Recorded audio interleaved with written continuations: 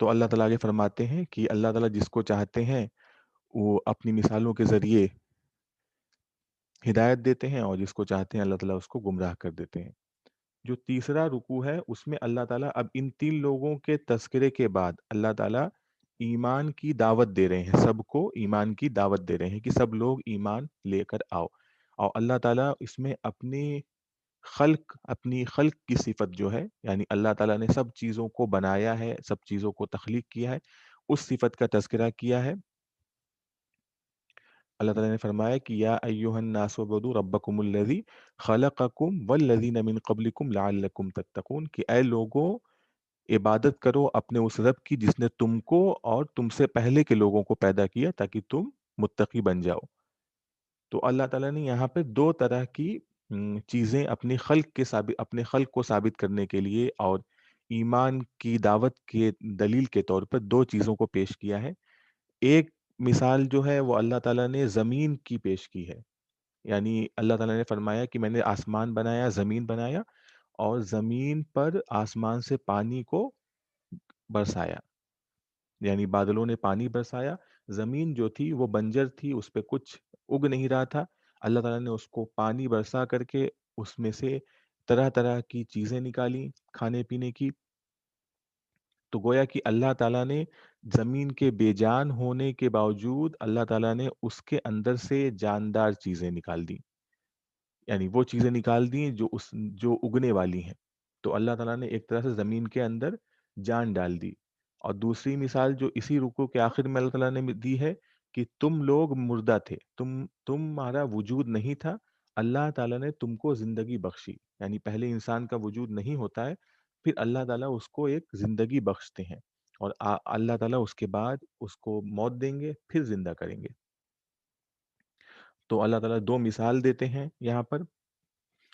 اس کے بعد اللہ تعالیٰ پوچھتے ہیں کہ اگر تم کو ہمارے قرآن میں شک ہے، یعنی اللہ تعالیٰ پوچھتے ہیں کہ اگر جو قرآن ہم پیش کر رہے ہیں کہ یہ خدا کا کلام ہے، اگر تم کو یہ لگتا ہے کہ یہ خدا کا کلام نہیں ہے، تو اگر تم اپنے دعوے میں سچے ہو تو اپنے صداقت کے طور پہ تم ایسا کرو کہ تم اس قرآن جیسا کوئی کلام پیش کرو، یعنی اگر تم سچے ہو کہ یہ کلام خدا کا نہیں انسان کا کلام ہے، تو تم بھی انسان ہو، تم بھی ایسا ہی کوئی کلام پیش کر دو۔ تو اللہ تعالیٰ فرماتے ہیں کہ فَإِن لَّمْ تَفْعَلُوا وَلَن تَفْعَلُوا، اگر یہ کوشش بھی کریں گے تو ایسا کر نہیں پائیں گے۔ تو ان کو جہنم سے ڈرنا چاہیے۔ اور اسی کے ساتھ اللہ تعالیٰ ایک شک والی بات جو کافر کہتے تھے اس کو پیش کرتے ہیں کہ کافر یہ کہتے تھے کہ اگر یہ خدا کا کلام ہے تو اس کے اندر چھوٹی چھوٹی چیزوں کی مثال کیوں ہے، جیسے مچھر کی مثال کیوں ہے؟ کیونکہ خدا تو بہت بڑا ہے، تو خدا اگر اتنا بڑا ہے تو اتنی چھوٹی چیزوں کی مثال کیوں پیش کر رہا ہے؟ تو اللہ تعالیٰ نے اس میں فرمایا کہ اللہ تعالیٰ چھوٹی چیزوں کی مثال پیش کرنے سے شرماتا نہیں ہے، یعنی اللہ تعالیٰ نے یہ فرمایا کہ مثال جو ہوتی ہے وہ دی جاتی ہے اس لیے تاکہ جس چیز کی مثال دی جا رہی ہے اس کو واضح کیا جائے۔ مثال دینے والے سے اس کا کوئی تعلق نہیں ہے، یعنی مثال دینے والا چھوٹی بھی مثال پیش کر سکتا ہے، بڑی بھی مثال پیش کر سکتا ہے۔ اللہ تعالیٰ باوجود اس کے کہ بہت بڑے ہیں، وہ چھوٹی مثال بھی پیش کر سکتے ہیں، بڑی مثال بھی پیش کر سکتے ہیں، لیکن جس چیز کے لیے مثال دی جا رہی ہے اس کا چھوٹا ہونا اس بات کا تقاضا کرتا ہے کہ مثال چھوٹی دی جائے۔ یعنی اگر کفر کی مثال، کافروں کی مثال پیش کی جائے گی تو وہاں پہ کسی بڑی چیز کا تذکرہ نہیں کیا جائے گا، کیونکہ کفر اتنی حقیر چیز ہے تو اس کے لیے چھوٹی ہی چیز کا مثال دی جائے گی۔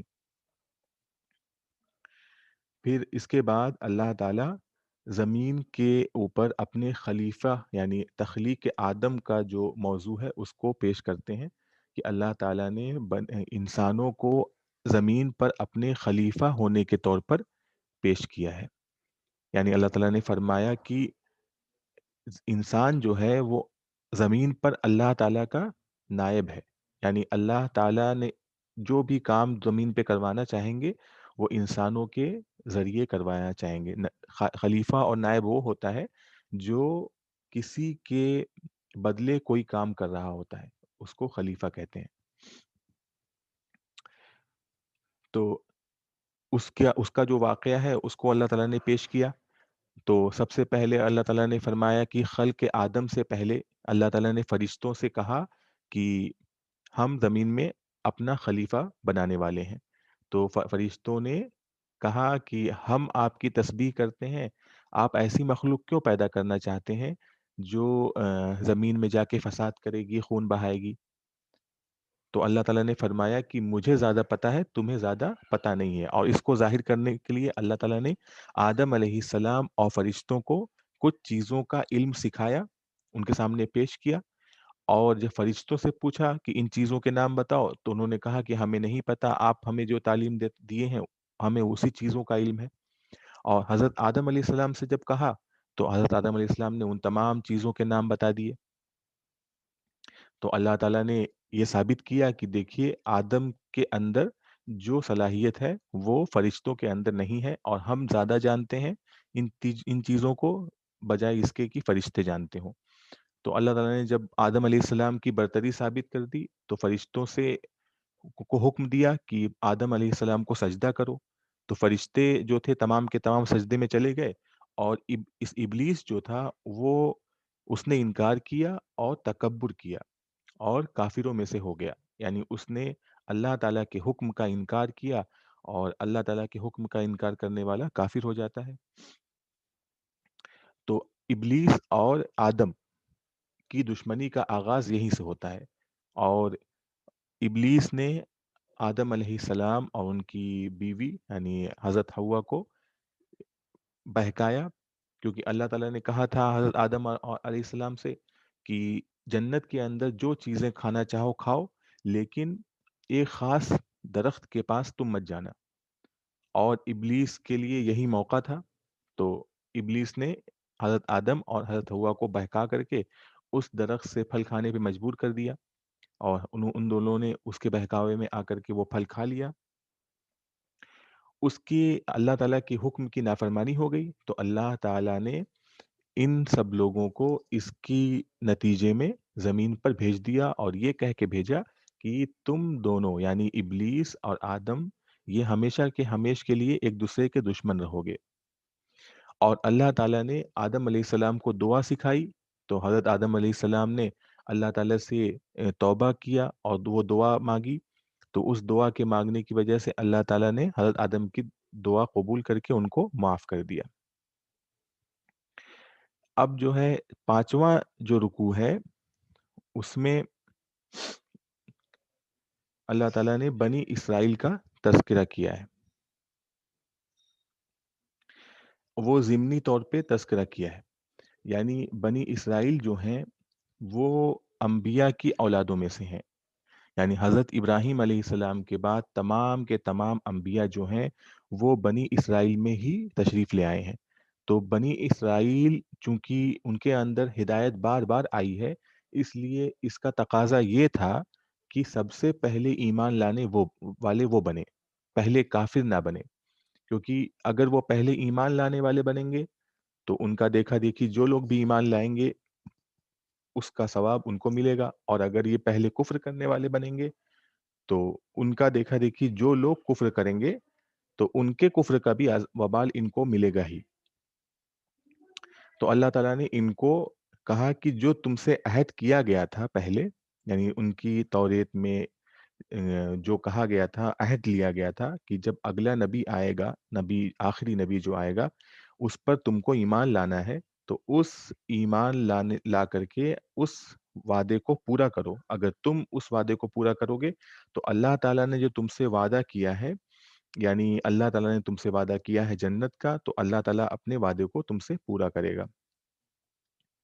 تو اس میں اللہ تعالیٰ نے قریب 3-4 چیزوں کا حکم دیا ہے کہ نمبر 1 کی وعدہ پورا کرو، دوسرے ایمان لاؤ، قرآن پہ ایمان لاؤ، اور تیسری ان کی جو بدعملی تھی اس کا تذکرہ کیا ہے کہ میری آیتوں کے بدلے ثمن قلیل حاصل نہ کرو، یعنی میری آیتوں کے بدلے کمائی نہ کرو. یعنی اگر کوئی تم سے کوئی حکم پوچھے تو ان آیتوں کو چھپا کر کے کچھ اور بتا کر کے اور پیسے نہ کماؤ. اسی طریقے سے اللہ تعالیٰ نے آگے فرمایا کہ حق کو باطل کے ساتھ خلط ملط مت کرو اور حق کو مت چھپاؤ. یعنی جب ان سے کہا جائے کہ توریت کے اندر حضور صلی اللہ علیہ وسلم کا تذکرہ آیا ہے یا نہیں، تو لوگوں سے یہ مت کہو کہ نہیں آیا ہے، کیونکہ یہ بات جھوٹ ہو جائے گی، یہ حق کو چھپانا ہو جائے گا. اور پانچواں اللہ تعالیٰ نے فرمایا کہ زکوٰۃ دو، نماز اور سجدہ کرو.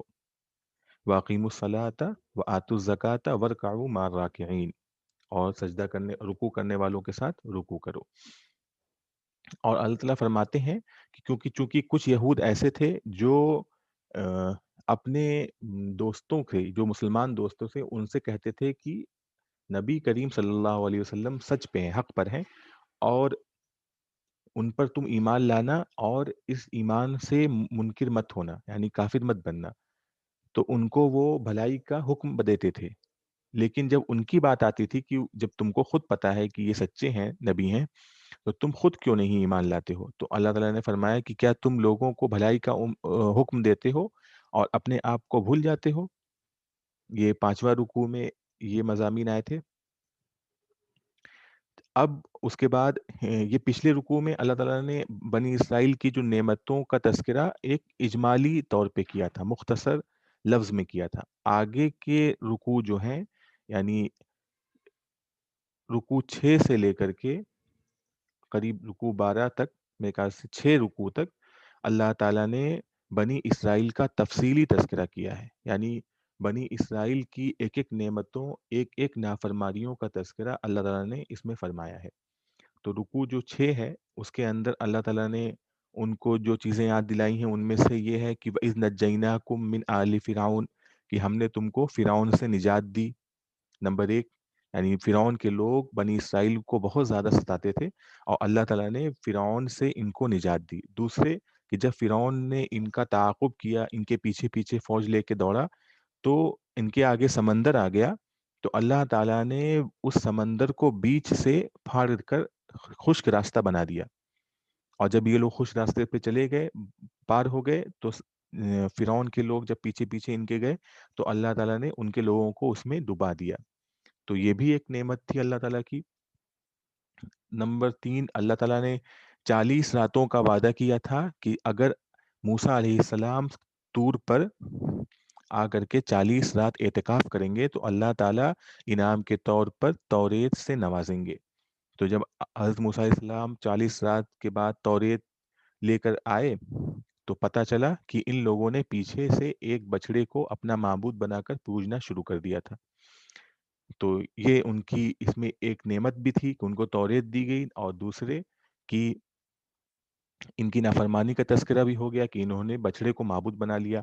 تو اس کے بعد اللہ تعالیٰ نے یہ کہا کہ جن لوگوں نے کفر اختیار کیا، بچڑے کو معبود بنا لیا، ان لوگوں کی سزا یہ ہے کہ ان کا ہی رشتہ دار ان کو قتل کرے گا. فَاقْتُلُوا أَنفُسَكُمْ.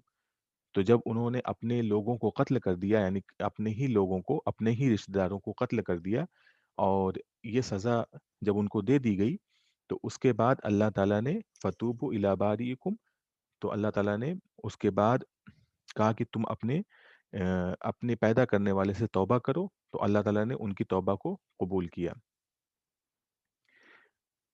پھر اس کے بعد یہ ہے کہ جب موسیٰ علیہ السلام نے ان کو پیش کیا، توریت پیش کیا کہ یہ اللہ تعالیٰ کا کلام ہے، اللہ تعالیٰ نے تمہیں یہ حکم دیے ہیں، تو انہوں نے کہا کہ ہم نہیں مانیں گے، ہم اللہ تعالیٰ کو خود سنیں گے تبھی مانیں گے. تو ان میں سے 70 لوگوں کو چن کر کے لے جایا گیا طور پر، اور وہاں انہوں نے اللہ تعالیٰ کی آواز خود سنی، یعنی اللہ تعالیٰ سے کلام، اللہ تعالیٰ کا کلام خود سنا.